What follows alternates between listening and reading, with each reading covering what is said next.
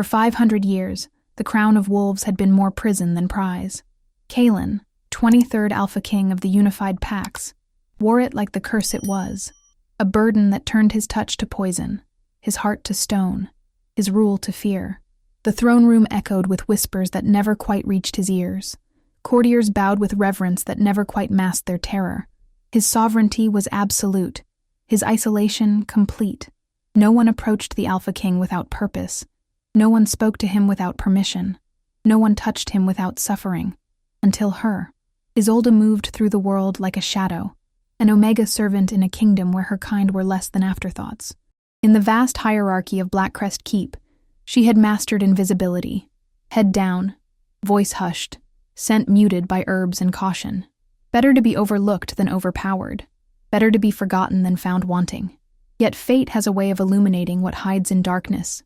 One moment of instinct, a silver tray thrown to save a king she'd been taught to fear, and suddenly Isolde found herself caught in amber eyes that saw her, truly saw her, perhaps for the first time in her life. In that charged space between heartbeats, something impossible happened. The cursed king's touch brought warmth instead of agony, connection instead of pain. For Kalen, it was the first breath after drowning for centuries. For Isolde, it was the terrifying realization that invisibility was no longer an option. As ancient magic stirred and enemies circled, two souls bound by curse and circumstance faced a truth neither was prepared to accept. Sometimes salvation comes from the most unexpected quarters, and sometimes breaking requires touching first. Before we begin, remember to subscribe to our channel and turn on notifications. Every day, a new story awaits you. Now, let us begin. The great hall of Blackcrest Keep fell silent as Alpha King Kalen entered, his presence commanding the room before he'd taken a single step across the threshold. Moonlight streamed through stained glass, casting blood-red shadows across marble floors that had been polished to mirror-like perfection. Guards straightened, advisors bowed, and servants pressed themselves against walls as if hoping to disappear into the stone itself. Kalen moved with the lethal grace of the apex predator he was, his silver-streaked black hair pulled back severely from a face that seemed carved from granite. No smile had softened those features in years. No warmth had touched those amber eyes in longer still. "Tell me," he said, voice deceptively soft as he addressed the kneeling messenger before him, "why the Northern Plains Pack thinks they can withhold tribute for a second season without consequences." The messenger, a young beta with more courage than sense, swallowed visibly. "Alpha King, they claim the drought has—" "I don't recall asking for excuses." Kalen circled the messenger slowly. "The Northern Plains enjoyed my protection when the Southern Raiders came. They enjoyed my justice when their previous alpha murdered 3 of his own betas." He stopped directly behind the messenger, whose scent now carried the sharp tang of fear. "And now they enjoy my patience, which is rapidly dwindling." From her position against the far wall, Isolde kept her eyes downcast, focusing on the ornate silver tray she held. 23 years of life as an Omega had taught her the art of invisibility, not that she needed practice. In a kingdom where Omegas were barely considered wolves at all, most people looked through her rather than at her. Tonight she wore the gray uniform of the kitchen staff, her honey-brown hair tucked beneath a plain cap, her slender form hidden beneath shapeless clothes. Nothing about her invited attention, which was exactly how she preferred it. "Your Majesty," said Lord Dorian, the king's chief advisor, "perhaps we should consider their request for more time. The drought has affected many packs and—" "Perhaps," Kalen interrupted, "you should remember your place." The temperature in the room seemed to drop several degrees. "The law is clear. Those who cannot fulfill their obligations to the crown forfeit their right to autonomy." Lord Dorian's face remained impassive, but Isolde noted the slight twitch of his jaw. "Of course, Your Majesty. I merely suggest that mercy might serve your interests better than force in this instance." "Mercy." Kalen almost smiled, the expression cold and sharp as midwinter ice. "Is that what has preserved the throne for 500 years? Is that what keeps 23 packs from tearing each other apart?" No one answered. No one dared. Isolde moved silently along the wall, heading toward the servants' entrance. She had delivered the refreshments as ordered, and now needed to return to the kitchens. One step, then another. Careful, quiet, invisible. "If mercy were effective," Kalen continued, "perhaps my ancestors wouldn't have needed to forge the blood pact in the first place." He gestured dismissively. Send word to the northern plains. They have until the next full moon to deliver what they owe, plus a 20% penalty for their tardiness. The messenger bowed deeply. Yes, Alpha King. Dismissed. The hall exhaled collectively, people straightening, conversations resuming in hushed tones. Isolde was 3 steps from the servant's door when the commotion began. A crash, a shout, and suddenly 2 guards were dragging a struggling man into the hall. His clothes were torn, his face bloodied, but his eyes burned with determination bordering on madness. "I demand justice!" the man shouted, his voice echoing through the cavernous space. "My daughter was taken by your soldiers. She's just a child." Kaelin watched the spectacle with detached interest. "And you are?" "Terran, of the Silverpine Pack. Your men came through our village 2 nights ago. They took supplies, they took coin, and they took my daughter. She's only 16. The king's expression didn't change. "My soldiers operate under strict orders. If they took your daughter, I'm certain they had cause. What cause could there be to take a child?" Terran struggled against his captors, grief and rage making him reckless. "Return her to me. I beg you." Something dark flashed across Kaelin's face. So quickly, Isolde almost missed it. "Guards, take this man to the dungeons until he remembers his place." "No!" Terran broke free with surprising strength, lunging toward the king. "You're cursed. Everyone knows it. 500 years of cruelty wearing a crown, and for what? Your line dies with you, monster." Time seemed to slow. The guards moved to intercept, but they were too far. Terran had gotten within striking distance of the king, a hidden blade suddenly gleaming in his hand. Isolde didn't think. She simply acted.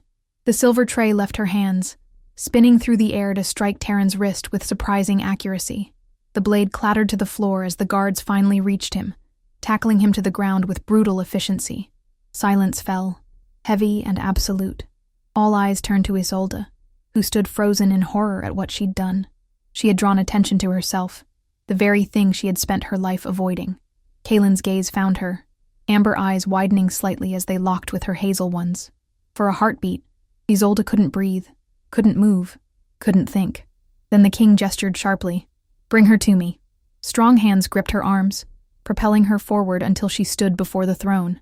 Isolde kept her eyes fixed on the floor, heart hammering so loudly she was certain everyone could hear it. "Look at me," Kaelin commanded. Reluctantly, she raised her gaze, meeting eyes that seemed to burn into her soul. This close, she could see flecks of gold in those amber depths, could sense the power radiating from him like heat from a forge. "What is your name?" His voice had dropped to a dangerous murmur. "Isolde, Your Majesty." She managed to keep her voice steady, though her knees threatened to buckle. "Isolde."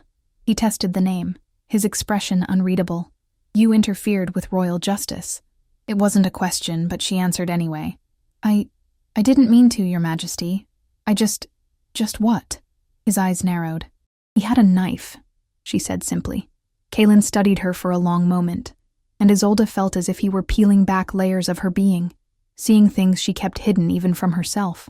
The intensity of his gaze was almost physical, pressing against her skin like a tangible force.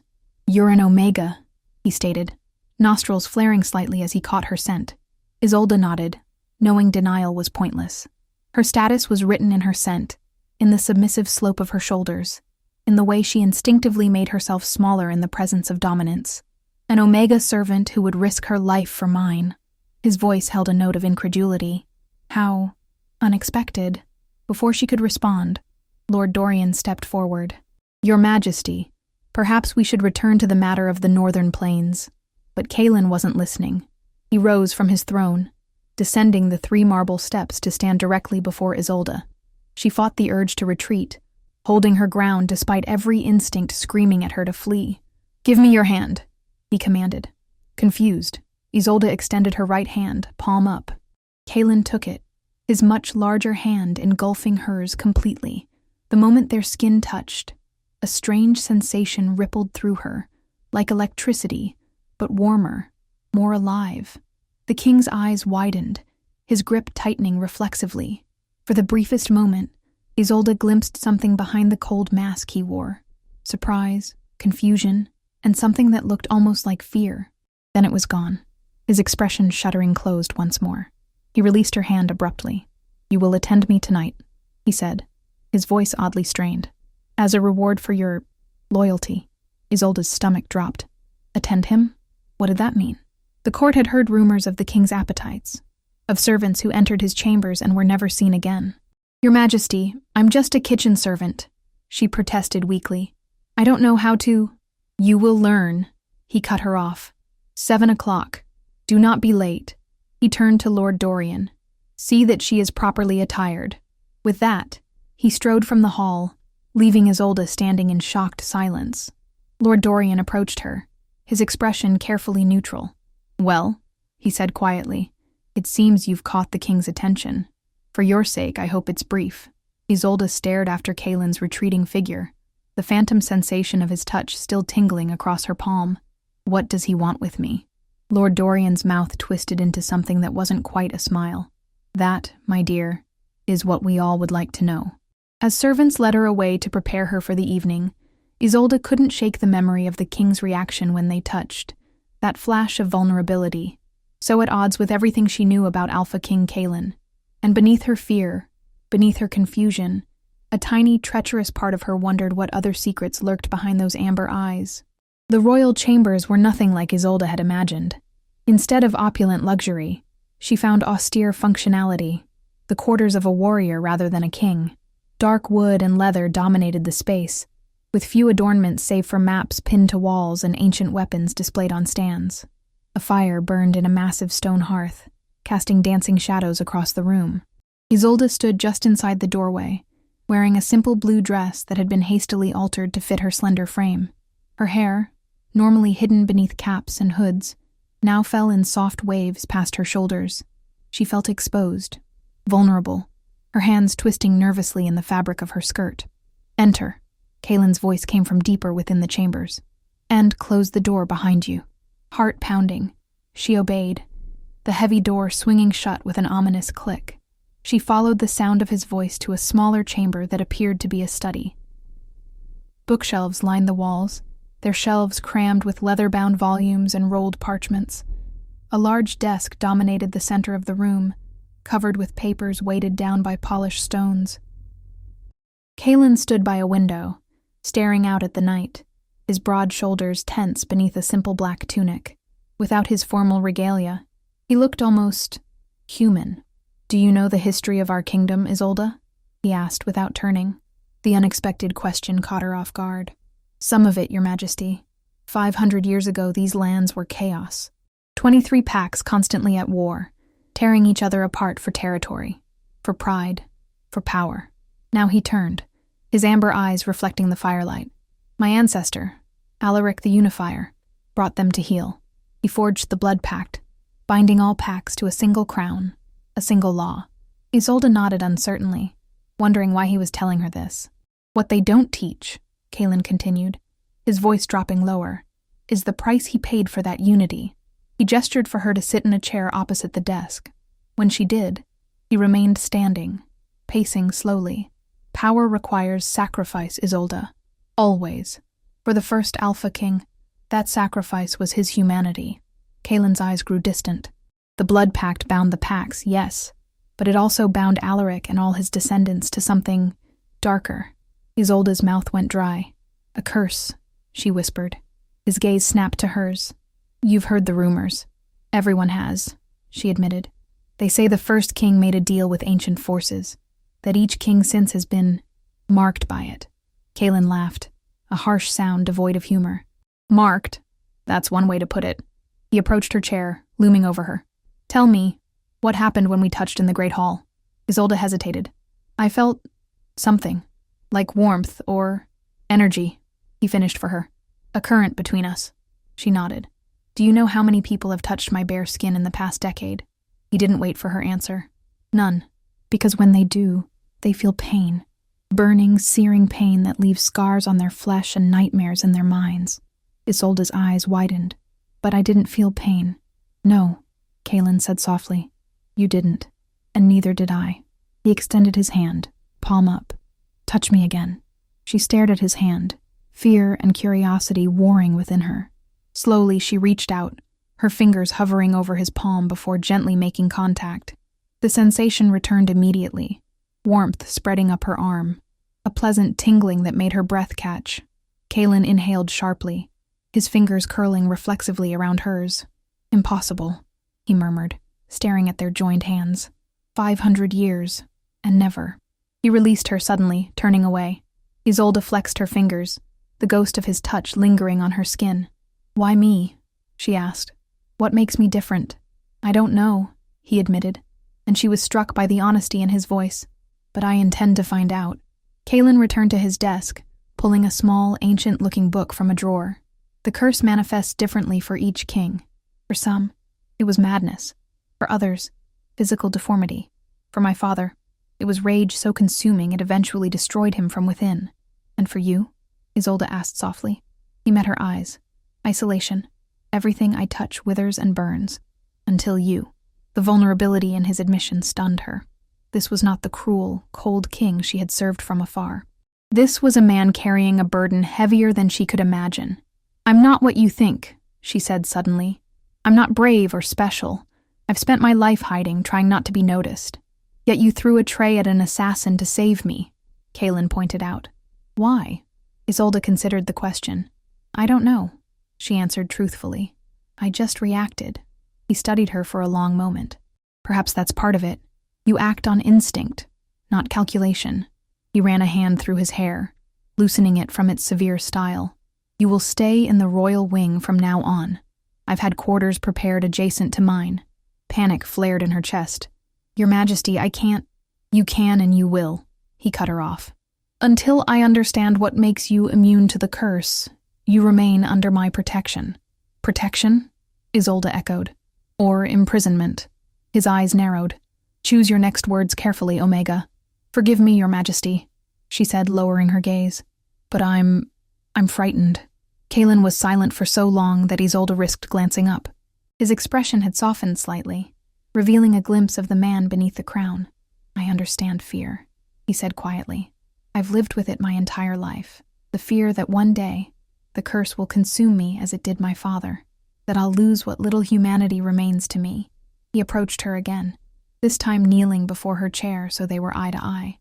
"I swear to you, Isolde, no harm will come to you by my hand or any other while you're under my protection." The sincerity in his voice was impossible to doubt. Isolde nodded slowly. "There's something else you should know," Kaelin continued. "The assassination attempt today wasn't random. Discontent has been growing among the packs. Many believe the throne has grown too harsh, too unfeeling." "Have they?" The words escaped before Isolde could stop them. Rather than anger, she saw resignation cross Kaelin's features. "Perhaps. When every touch brings pain, it becomes difficult to remember gentleness." The admission hung between them, fragile and revealing. Isolde felt a strange ache in her chest. Not pity, but something deeper, more complicated. "May I ask a question, Your Majesty?" He nodded. "The man from earlier, Terran, was he telling the truth about his daughter?" Kaelin's expression darkened. "I don't know. That's the truth of ruling, Isolde. I cannot verify every claim, investigate every accusation.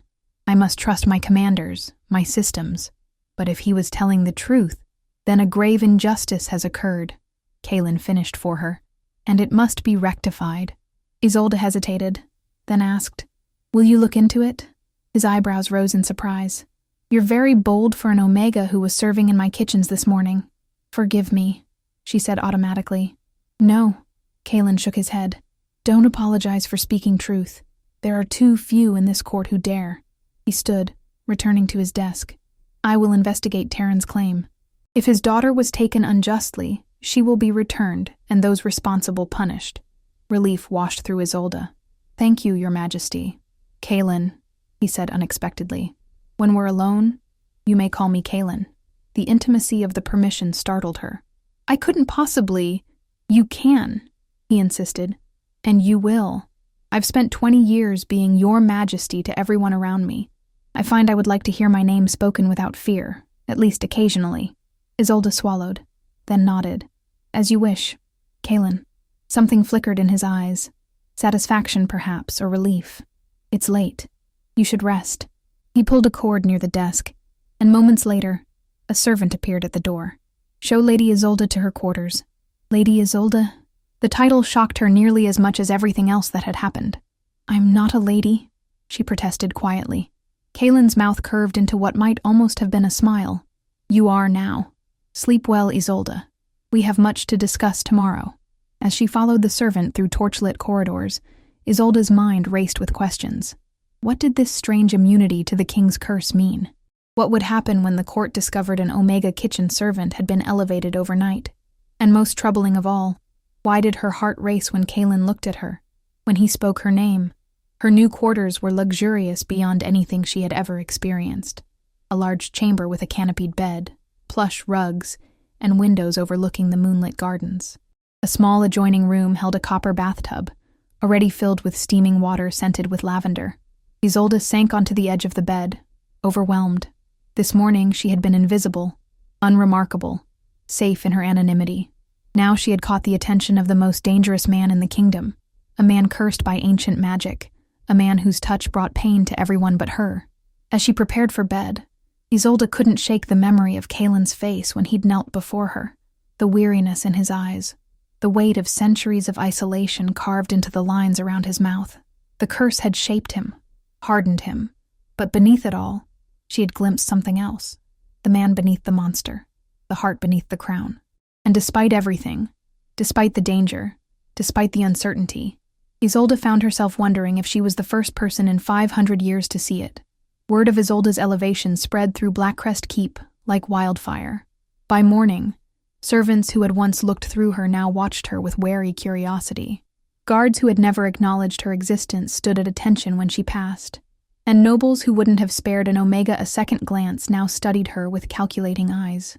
Isolde found herself adrift in this new reality, dressed in fine clothes that felt like a costume, served by maids who had once been her colleagues. The simple blue dress from the night before had been replaced by a gown of deep green velvet, its sleeves embroidered with silver thread. Her hair had been arranged in an elegant style that made her neck ache with its weight. Lady Isolde, a soft voice called from the doorway of her chambers. A young beta girl stood there, her posture respectful. His Majesty requests your presence in the eastern courtyard. I'm to escort you. Isolde followed the girl through corridors she had once traversed as a servant, feeling the weight of stairs following her progress. Whispers trailed in her wake. From the kitchens. Can you imagine? Must be warming his bed. Never shows favor to anyone. Just an Omega. What could he possibly? She kept her chin up, though each murmured speculation cut like a knife. This was exactly what she had spent her life avoiding. Attention, scrutiny, judgment. The invisibility she had cultivated had been her armor, and now it was gone. The eastern courtyard was a training ground, ringed by stone pillars and open to the sky. When Isolde arrived, she found Kaylin sparring with 3 guards simultaneously, his movements a blur of controlled power. He fought with 2 short swords, the blades whistling through the air as he parried and struck with supernatural precision. Isolde couldn't help but stare. The king moved like water, fluid and unstoppable. His hair was tied back, his upper body covered only by a light training shirt that clung to his muscled frame. There was a grace to his violence that was almost beautiful. One by one, the guards yielded, backing away with respectful bows. Only then did Kaylin turn, his amber eyes finding Isolde immediately. His expression remained impassive, but something flickered in his gaze. Recognition, perhaps, or satisfaction. Lady Isolde, he acknowledged, handing his practice weapons to a waiting attendant. I trust you slept well? Yes, She caught herself. Yes, Kaylin. Thank you. His name still felt strange on her tongue, intimate in a way that made her pulse quicken. Around them, she noted the shocked expressions of the guards and attendants at her casual address of the king. Walk with me, he said, gesturing toward a stone path that wound through a small garden adjacent to the training yard. As they strolled side by side, Isolde was acutely aware of the distance Kaylin maintained between them, close enough for conversation, but not so close that they might accidentally touch. It seemed deliberate, calculated. The court is curious about you, he said without preamble. I've noticed, Isolde replied dryly. A ghost of a smile touched his lips. They wonder what power an Omega kitchen servant holds over the Alpha King. And what will you tell them? Nothing, Kaylin said simply. My reasons are my own, and they will respect that, or face consequences. Isolde frowned. That will only fuel more speculation. Let them speculate. It makes no difference. He paused beneath the shade of a flowering tree, its pale blossoms drifting down around them. I've looked into Terran's claim about his daughter. The abrupt change of subject caught Isolde off guard. What did you find? He was telling the truth. A patrol led by Commander Voss took the girl, along with 3 others from nearby villages. Kaylin's expression darkened. Voss claimed they were recruiting servants for the keep, but there's no record of the girls arriving here. Isolde's stomach turned. Then where are they? That's what I intend to find out. Voss has been summoned back to the keep. He arrives tomorrow. And Terran? Still in the dungeons. Kaylin met her eyes. What would you suggest I do with him? Isolde blinked in surprise. You're asking my opinion? Yes. She considered carefully before answering. Release him. He acted out of desperation for his child. Any parent would do the same. He attempted to assassinate the king, Kaylin pointed out. The law demands his execution. The law demands justice, Isolde countered, emboldened by his willingness to listen. Is it just to execute a father for trying to save his daughter from those who serve the crown? If your men took her unjustly, doesn't the crown bear some responsibility? Kaylin studied her for a long moment. Most would not dare speak to me so directly. You asked for my opinion, she reminded him. I gave it honestly. So you did. He resumed walking, and Isolde fell into step beside him. I released Terran this morning. He's being housed in the western wing until his daughter is found. Warmth bloomed in Isolde's chest. Thank you. Don't thank me yet. Finding the girls will be more complicated. If Voss has sold them. He didn't finish the sentence, but Isolde understood the implication. The slave trade, while officially forbidden in the kingdom, thrived in the shadows. They walked in silence for several minutes, the morning sun warming the air around them. Isolde found herself stealing glances at Kaylin's profile, the strong line of his jaw, the tiny scar that bisected his left eyebrow, the strands of silver threading through his dark hair. You're staring, he observed without looking at her. Isolde flushed. I'm sorry. It's just, you're different than I expected. Different how? You listen, she said simply. I didn't expect that. Now Kaylin did turn to her, his expression unreadable. The curse isolates, Isolde. It doesn't deafen. Before she could respond, the air was split by a bone-chilling howl, the sound of a wolf in mortal agony. Kaylin's head snapped up, his body tensing. That came from the North Tower, he said, already moving. Stay here. But Isolde followed, driven by an instinct she couldn't explain. They raced through the gardens and back into the keep, guards and servants flattening themselves against walls to avoid Kaylin's path. Up winding stairs they went, higher and higher, until they reached the top level of the North Tower. The scene that greeted them made Isolde's blood run cold. A young guard lay on the stone floor, his body contorted in agony, skin blackened and blistered as if he'd been burned from the inside out. Standing over him was Lord Dorian, his face pale with shock. What happened? Kaylin demanded, striding forward. Lord Dorian's eyes darted between the king and the dying guard. He touched the bloodstone, Your Majesty. Isolde followed Kaylin's gaze to a pedestal in the center of the chamber. Upon it sat a stone the size of a man's fist, pulsing with a dark, crimson light.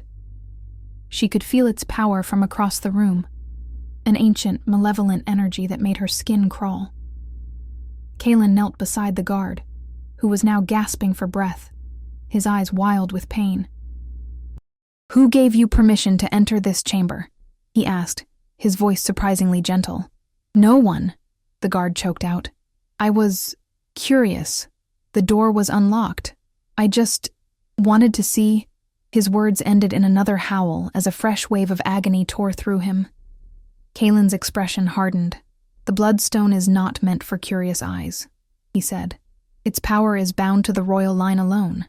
Please, the guard begged, tears streaming down his face. Make it stop. Kaylin hesitated, then placed his hand on the guard's forehead. Be at peace, he murmured, and something passed between them, a ripple of energy that made the air in the room vibrate. The guard's body relaxed, his breathing slowing, then stopping altogether. His eyes, still open, grew dull and lifeless. Isolde covered her mouth with her hand, horror washing through her. Kaylin rose slowly, his face a mask of controlled rage. How was this chamber left unlocked? He demanded, turning to Lord Dorian. The advisor bowed deeply. "I don't know, Your Majesty. I checked it myself last night, as I do every evening. Then someone has a key they shouldn't have." Kaelin's gaze swept the room, landing on Isolde. "You shouldn't be here. This place isn't safe." But Isolde was transfixed by the bloodstone, its pulsing light seeming to call to her. "What is it?" she asked, taking an unconscious step toward the pedestal. "Stop." Kaelin's command froze her in place. "The stone will do to you what it did to him. This is the source," Isolde whispered, understanding dawning. "The source of the curse." Kaelin exchanged a look with Lord Dorian, who nodded almost imperceptibly. "Yes," Kaelin admitted. "The bloodstone is the physical manifestation of the pact Alaric made. It binds the 23 pacts to the crown, and the crown to something else.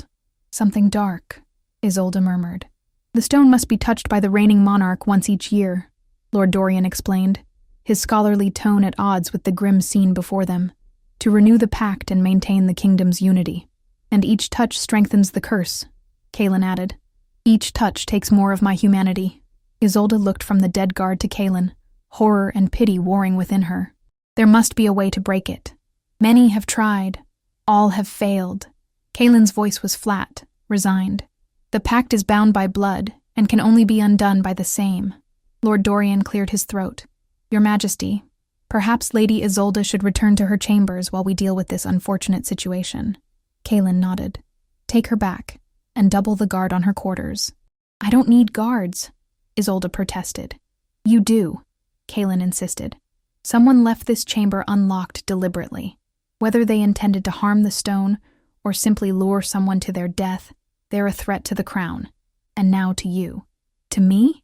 Why would anyone?" "Because you're important to me," Kaelin said bluntly. "And my enemies will use that against me if they can." The words hung in the air between them, startling in their honesty. Isolde felt a flush creep up her neck, spreading to her cheeks. "Go with Lord Dorian," Kaelin instructed, his tone softening slightly. "I'll come to you when this is handled." Reluctantly, Isolde allowed Lord Dorian to escort her from the chamber. As they descended the winding stairs, she glanced back to see Kaelin standing beside the bloodstone, his expression one of such profound loneliness that it made her heart ache. "He carries a terrible burden," Lord Dorian said quietly, following her gaze. "One that grows heavier with each passing year. Has no one ever found a way to lift it?" Isolde asked. The advisor gave her a measuring look. "Many have sought to break the curse. Some for the king's sake, others for their own gain. All have failed. But you think I might succeed?" It wasn't a question. Lord Dorian's smile was thin. "I think you're the first person in 5 centuries whose touch doesn't cause him pain. That alone makes you significant." They walked in silence for a time, Isolde's mind whirling with implications. "The court believes I'm his lover," she said finally. "They think that's why he elevated me." "And what do you believe?" Isolde considered the question carefully. "I believe he's desperate enough to place his hope in an Omega kitchen servant who happens to be immune to his curse." Lord Dorian nodded approvingly.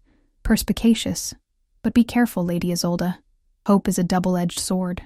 It can heal, but it can also wound deeply when it proves false." "I never asked for this," she said softly. "Few of us ask for the burdens we're given," the advisor replied. "Yet here we are, carrying them nonetheless." They had reached her chambers, where 2 guards now stood at attention outside the door. Lord Dorian bowed slightly. "Rest, Lady Isolde. I suspect the coming days will test us all." Alone in her rooms, Isolde sank onto a window seat, staring out at the bustling courtyard below. Servants scurried about their duties. Nobles gathered in small groups for conversation. Guards patrolled the perimeter, all of them bound by the same ancient magic that had shaped the kingdom for 5 centuries. The same magic that had twisted Kaelin into the feared Alpha King, isolated by his curse, feared by his subjects, alone despite his power, or perhaps because of it. Isolde thought of the dead guard, of the agony that had contorted his features. She thought of Kaelin touching the bloodstone yearly, enduring that same torment to maintain the pact that kept the kingdom whole. She thought of his face when he'd told her she was important to him, the vulnerability beneath the strength, the hope beneath the resignation. Something stirred within her then, a determination that surprised her with its intensity. She might be just an Omega, insignificant in the grand scheme of the kingdom, but she had been given this strange immunity for a reason.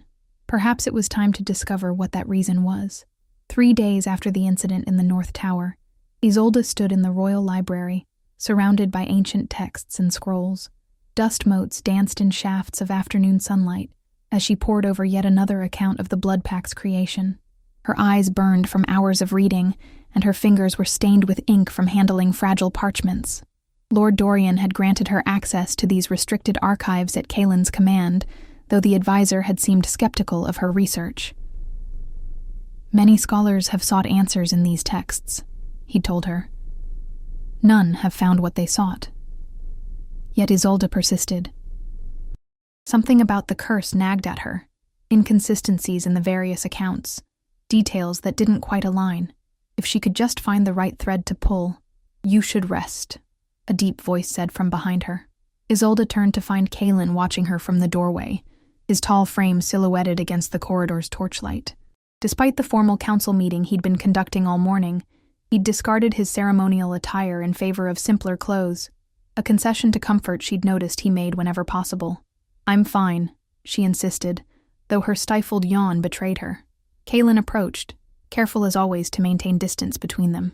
Over the past days, they had settled into an unusual rhythm. Conversations over meals, walks through the gardens, evenings spent in his study where she read while he worked through state matters. They rarely touched, and never by accident. Each contact was deliberate, discussed beforehand, approached with caution.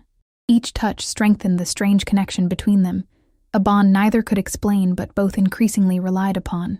"What have you found?" he asked, gesturing to the scattered documents.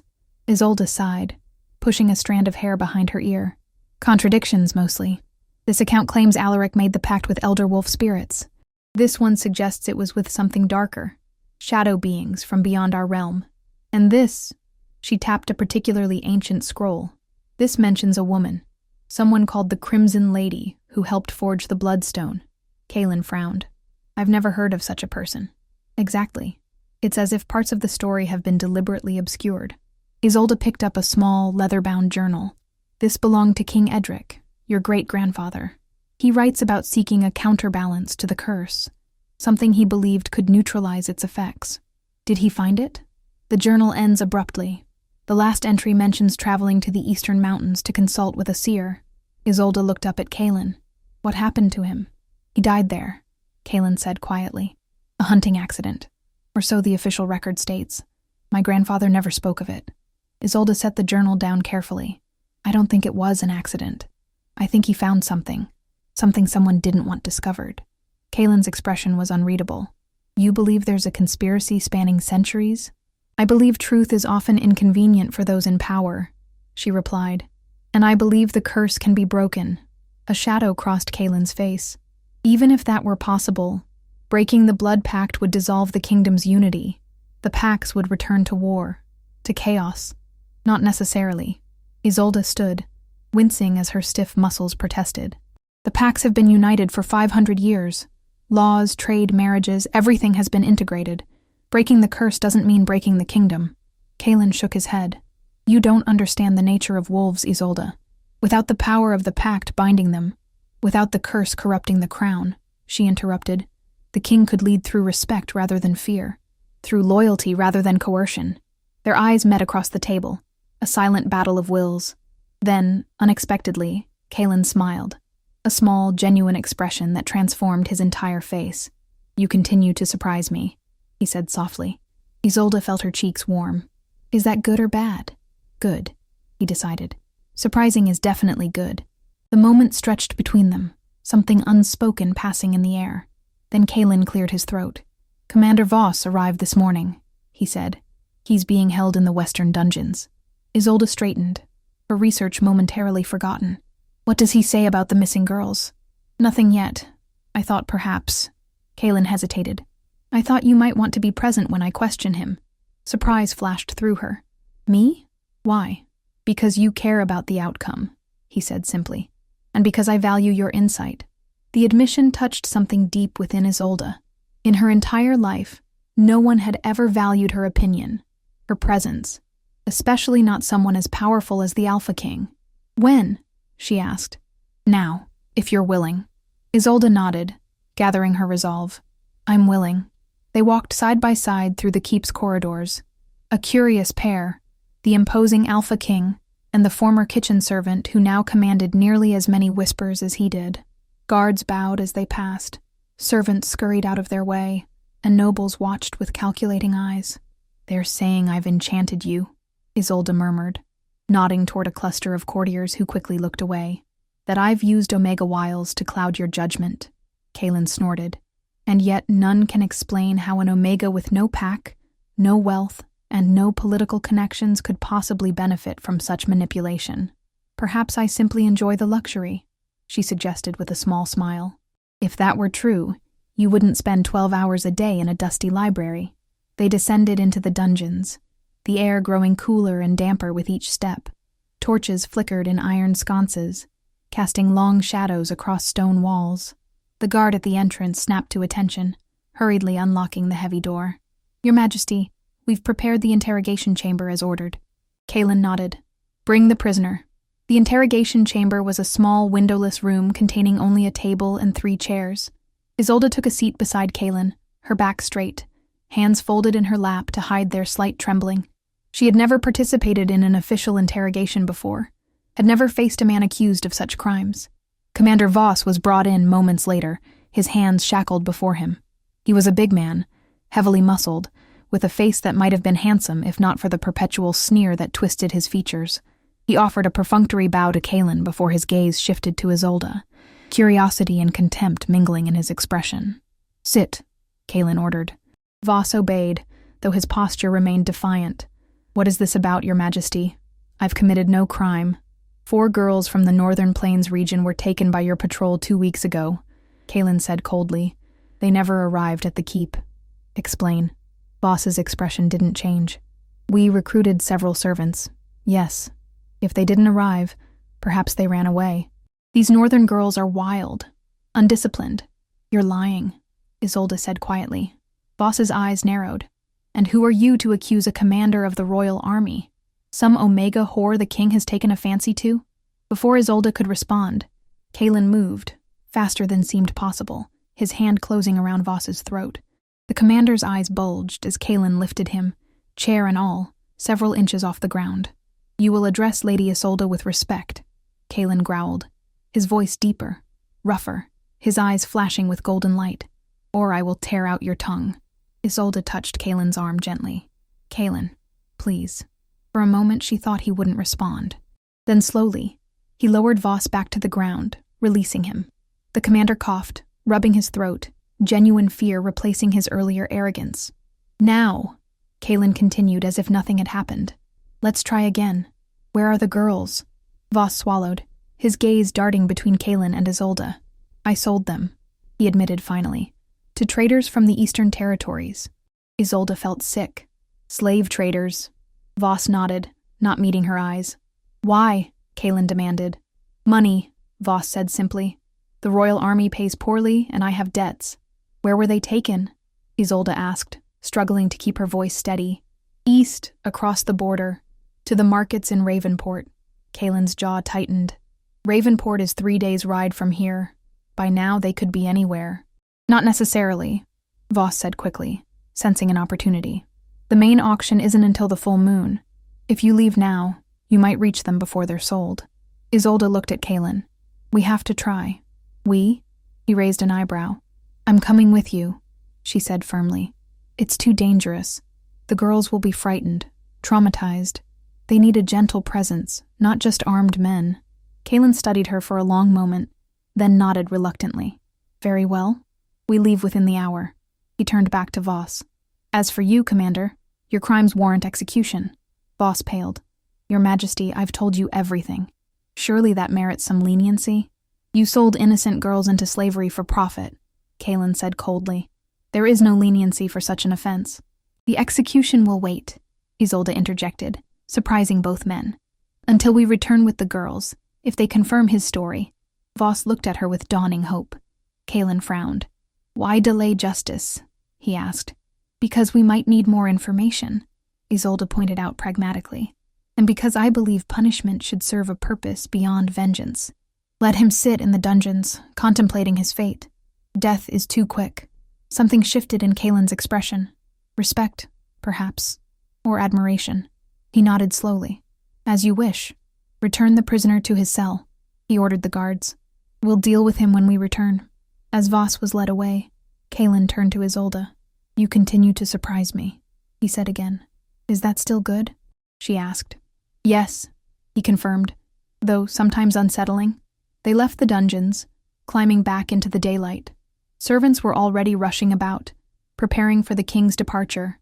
Lord Dorian intercepted them in the main corridor, his expression concerned. Your Majesty, I must advise against this journey. The eastern borders are unstable, and your presence is required here for the council meetings next week.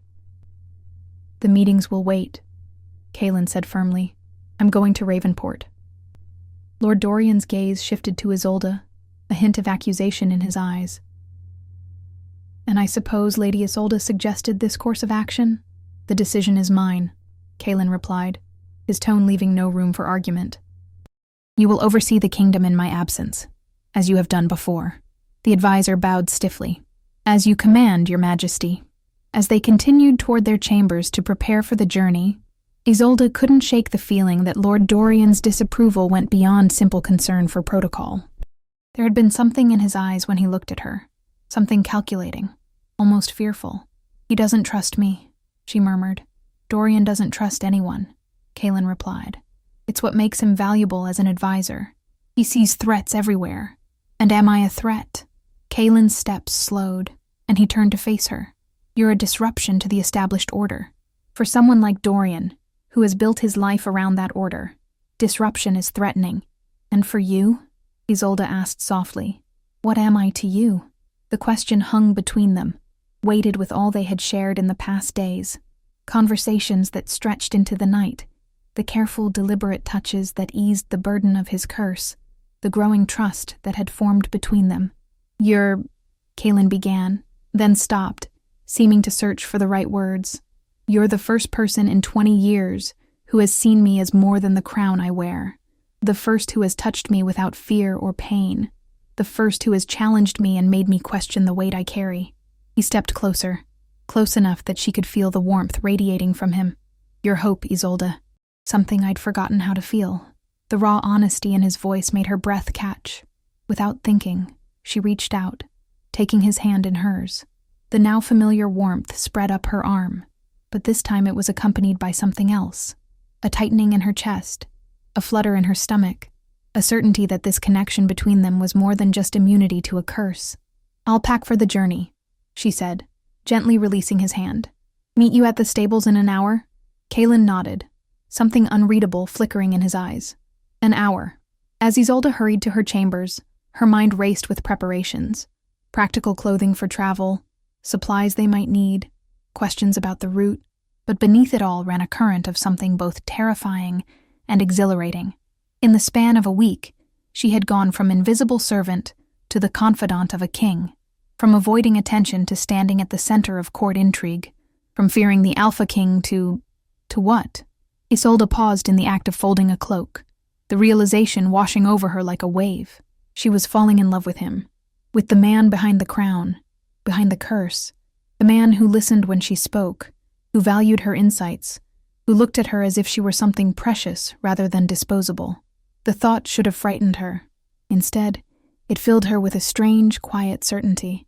Whatever lay ahead, in Ravenport, in the search for answers about the curse, in the tangled politics of the court, she would face it at Kalen's side, not as his servant, not as his subject, but as his equal. The journey to Ravenport was arduous, 3 days of hard riding through increasingly rugged terrain. Kalen had assembled a small force of his most trusted guards, men and women who would not question his dedication to rescuing 4 peasant girls from a fate many would consider beneath royal concern.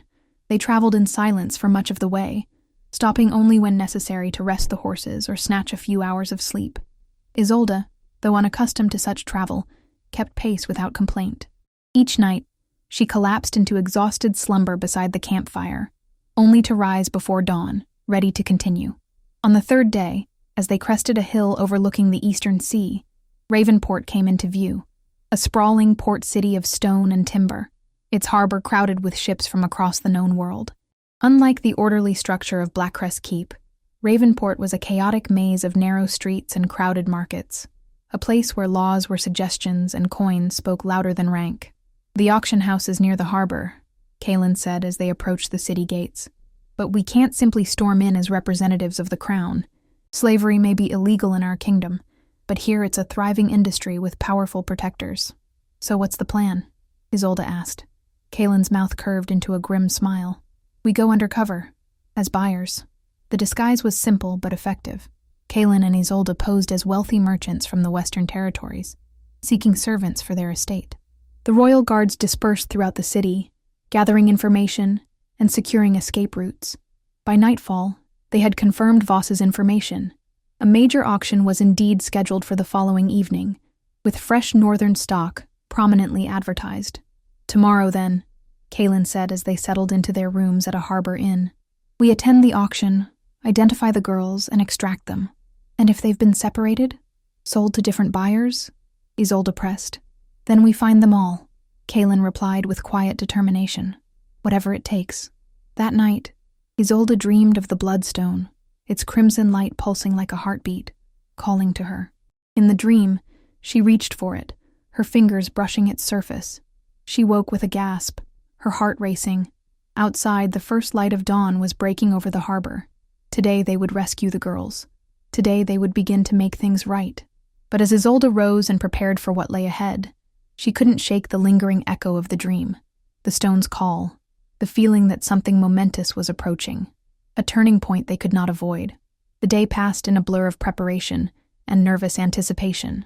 By evening, Isolde found herself seated beside Kaelin in a crowded auction house, watching with growing horror as human beings were paraded before potential buyers like livestock.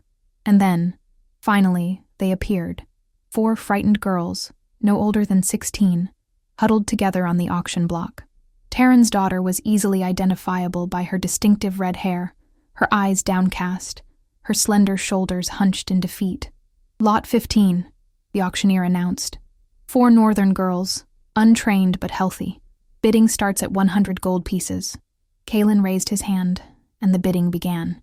Others joined, the price climbing steadily. Isolde watched the girls, trying to communicate with her eyes that help had come, that hope was not lost. Whether they understood or not, she couldn't tell. The final bid was Kaelin's, 300 gold pieces, a fortune by any standard. As the auctioneer declared the sale complete, Isolde released the breath she hadn't realized she'd been holding. "We did it," she whispered. "Not yet," Kaelin murmured. "We still need to get them out of the city." They were led to a back room to complete the transaction and take possession of their property. The girls, now unbound but still terrified, pressed together against the far wall as Kaelin and Isolde entered. "It's all right," Isolde said gently, switching from the merchant dialect they'd been using to the common tongue of the kingdom. "We're here to take you home." The girls stared at her in disbelief, hope and suspicion warring in their expressions. "King Kaelin?" Taryn's daughter whispered, recognition dawning as she looked more closely at the disguised monarch. Kaelin nodded. "Your father sent us. You're safe now." The relief that washed over the girls' faces was palpable. Tears flowed freely as they realized their ordeal was ending. Isolde moved among them, offering quiet reassurance, checking for injuries, learning their names: Elia, Taryn's daughter, Mira, Soren, and Bree. "We need to move quickly," Kaelin said after a few minutes. "Our guards are waiting with horses at the eastern gate." They wrapped the girls in cloaks, instructing them to keep their heads down and stay close. The streets were crowded with evening revelers, making their progress slow, but providing useful cover. They were halfway to the rendezvous point when Isolde sensed something was wrong. The hairs on the back of her neck stood up. She glanced back, seeing nothing but the usual crowd, and yet the feeling of being watched, followed, persisted. "Kaelin," she whispered, touching his arm lightly. "I think—" Before she could finish, chaos erupted. Men appeared from alleyways and doorways, surrounding them with drawn weapons. Not common thieves, Isolde realized with a sinking heart, but trained fighters moving with military precision. "Give us the girls," the leader demanded, "and perhaps you'll live to see morning." Kaelin stepped forward, positioning himself between the attackers and their group. "I think not," he said calmly. all pretense of the merchant persona gone. His voice carried the unmistakable authority of the Alpha King, his posture shifting subtly into that of a predator ready to strike. "Very well," the leader said with a cold smile. "We'll take them from your corpse." And with that, the ambush was sprung. If you enjoyed this story, a like or comment really helps. And if you wish to hear more tales like this one, make sure you subscribe so you never miss the next tale.